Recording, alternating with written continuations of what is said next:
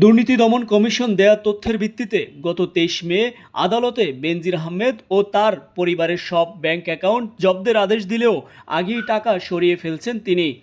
বেনজিরের সম্পদের বিষয়ে যেসব সরকারি সংস্থা খোঁজ রাখছে তাদের মধ্যে একজন ঊর্ধ্বতন কর্মকর্তা বিষয়টি নিশ্চিত করেছে। এসব অ্যাকাউন্টে কী পরিমাণ টাকা ছিল তা জানা যায়নি। ব্যাংক অ্যাকাউন্ট থেকে টাকা সরানোর মতো করে জমি, ফ্ল্যাট বা অন্য কোনো সম্পত্তিও হস্তান্তর করছে কিনা সেরকম কোনো তথ্য পাওয়া যায়নি। এমনকি তিনি দেশে আছেন কিনা সেটি নিয়েও ধোঁয়াশা আছে। শোনা যাচ্ছে পরিবারসহ বেনজির আহমেদ এখন দুবাইতে আছে। এতে বলা হচ্ছে অ্যাকাউন্টস জব্দ হতে পারে বিষয়টি তিনি আগেই জেনে গিয়েছিলেন, নাকি ধারণা থেকে সরিয়ে ফেলছেন তাও নিশ্চিত হওয়া যায়নি।